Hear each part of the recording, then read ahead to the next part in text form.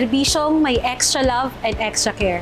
Mga salitang laging nasa puso at isip ng bawat isang angel in red vest sa tuwing nagbibigay ng serbisyo sa mga kapuspalad nating mga kababayan na naghahanap ng tulong at pagkalinga.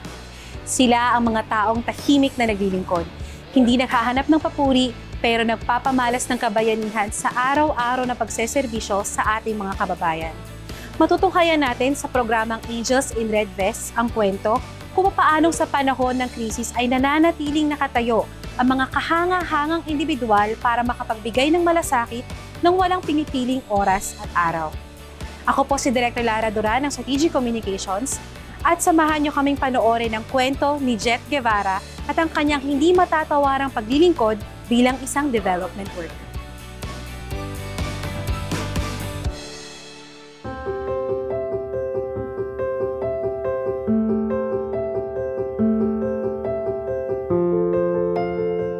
Everything happens at the right time.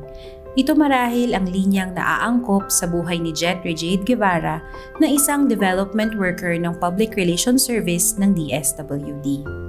Nagsimula bilang talent sa isang kilalang broadcasting company at dahil pangarap niyang maging isang news anchor, nagtrabaho muna siya sa mababang posisyon sa hangaring isang araw matupad ang kanyang pangarap. Dahil ako po ay communication graduate, ako po ay rumarakit-rakit before sa GMA 7 po bilang Assistant Location Manager. Nagwa-wardrobe din po ako. Opo, ngayon, yun po yung aking mga past job hanggang sa, yun nga po, napunta po ako sa transcription, as transcriptionist po ng isang company. Hindi naging sapat ang kita ni Jet sa mga naunang trabaho kaya naman naghanap pa siya ng mas stable job. Mahirap man para sa kanya ay isinantabi niya ang kanyang pangarap. Para medyo stable yung work, nag-apply po ako dito sa DSWD and luckily natanggap po ako as encoder unang-una po sa accounting division na dati pong financial management service na ngayon ay financial service na. From financial service po, nagkaroon po ng chance na mag-apply into a higher position dito sa Agency Operation Center na naging Agency Operation Service na ngayon po ay Public Relations Service na. Pero bago pa man nagtrabaho si Jet sa ahensyang kanyang pinaglilingkuran, ay pamilyar na sa kanya ang DSWD. Ito ay dahil sa benepisyaryo ang kanyang pamilya ng Pantawid Pamilyang Pilipino Program o 4Ps ng DSWD. Ayon nga sa kanya, ang programang ito ng ahensya ang nagsilbing alalay para siya at ang kanyang mga kapatid ay makapagtapos ng kanilang pag-aaral. Isa po ako sa benepisyaryo ng programa ng DSWD. Ang Pantawid Pamilyang Pilipino Program po o yung 4Ps. Kung hindi po ako nagkakamali, parang grade 5 po ako noon o grade 6 na ako po ay naging isa sa beneficiary po ng Pantawid Pamilyang Pilipino Program hanggang gumraduate po ako ng high school noong 2014. Ako po ay beneficiary pa din ng Pantawid Pamilyang Pilipino Program. Malaking tulong po talaga sa akin, sa amin, lalo na sa family, yung Pantawid Pamilyang Pilipino Program. Kasi po, unang-una, yun nga po, alam naman natin na ang Pantawid Pamilyang Pilipino Program po ay nagbibigay ng educational grant at medical grant. So, sa probinsya po kasi ako, sa Batangas, doon po ako naging beneficiary ng 4Ps. Opo. Kwento pa ni Jet, hindi lang sa pag-aaral niya nakatulong ang programa, kundi maging sa kanilang pang-araw-araw na gastusin sa bahay. Malaking tulong sa kanila na sila ay naging benepisyaryo ng 4Ps. Kahirap po ng buhay sa amin sa Batangas. So, malaking bagay po yon na kami po ay napabilang doon dahil kahit papano natutustusan po yung aking pangangailangan sa eskwelahan. Actually, Director, hindi lang po sa school. Minsan po nakakabili pa rin po kami doon ng bigas, ng pang-ulam po namin. Knowing na talagang medyo mahirap po ang buhay po namin sa probinsya.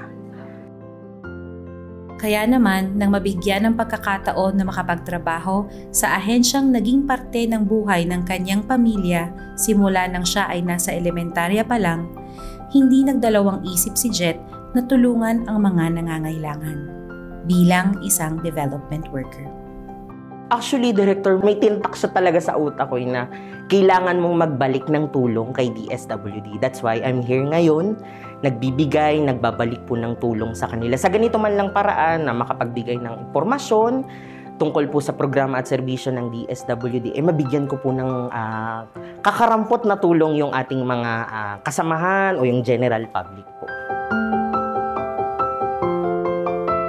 Ang ginagawa ko po sa araw-araw ay mag-monitor ng mga request, inquiries, and grievances na natatanggap po ng aming opisina.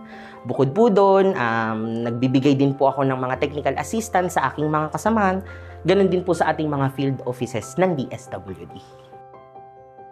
Dumaan din si Jet sa mga pagsubok sa kanyang trabaho dahil bilang grievance officer, madalas ay siya ang napagbubuntunan ng reklamo ng mga kliyenteng kanyang pinaglilingkuran. Nung mga time na yun, medyo hindi pa po ganun kalawak yung pangunawa ko dahil as a beginner, bago pa lang po talaga, parang ang nangyayari po, ang dating po sa akin nagiging personal. Na kapag ka po minumura po ako ng kliyente to the point na hindi ko na talaga po kaya, parang ayoko na bumalik, ayoko na bukas pumasok kasi baka murahin na naman ako yung mga ganun po. Pero along the way, kahit papano po, ano ko naman siya, na-overcome ko naman po. At nagiging lesson siya sa akin. Na hindi nagagalit yung kliyente natin dahil ako yung kausap.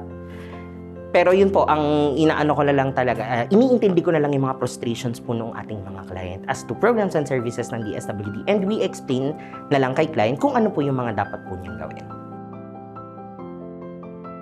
At dahil na rin sa pagsusumikap at tatag ng loob sa trabaho, unti-unti ay nabuhay muli ang kanyang determinasyon na makatulong sa kapwa, gayon din ang maipagpatuloy ang kanyang pangarap. Maraming salamat po kay DSWD dahil dinala niya ako sa kung nasan po ako ngayon at sa pangarap ko talaga, dahil isang magandang opportunity po ang binigay sa akin ni DSWD. Hindi lamang po bilang maglingkod dito kay DSWD, binigyan niya din po ako ng chance na sumama po sa isang magandang programa sa DZMM Teleradyo sa ABS-CBN po bilang maging isang co-host ni Sir Alvin L. Chico. So, yun. Siguro ang mabibigay ko lang din pong message sa aking mga development workers, siguro wag po tayong tumigil. Wag po tayong tumigil sa ating mga pangarap, sa ating mga mithiin, sa ating gusto sa buhay hanggang hindi natin siya napufulfill. And naniniwala po talaga ako, lagi pong may perfect timing at hintay natin yung perfect timing na yun para sa atin.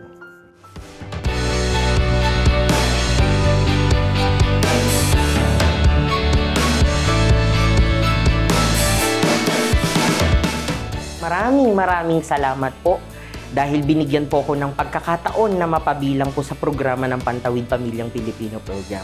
Maraming salamat din po sa ating mga social workers, sa ating mga case managers na nagbantay sa amin na ngayon po ay ako ay nandito na ngayon sa DSWD. Ang maiipangako ko po sa kanila ngayon isa na rin po ako sa kanila sa tutulong sa lahat ng magiging ng mamomonitor pa natin, lalong-lalo na po sa Pantawid Pamilyang Pilipino Program. Maraming salamat po.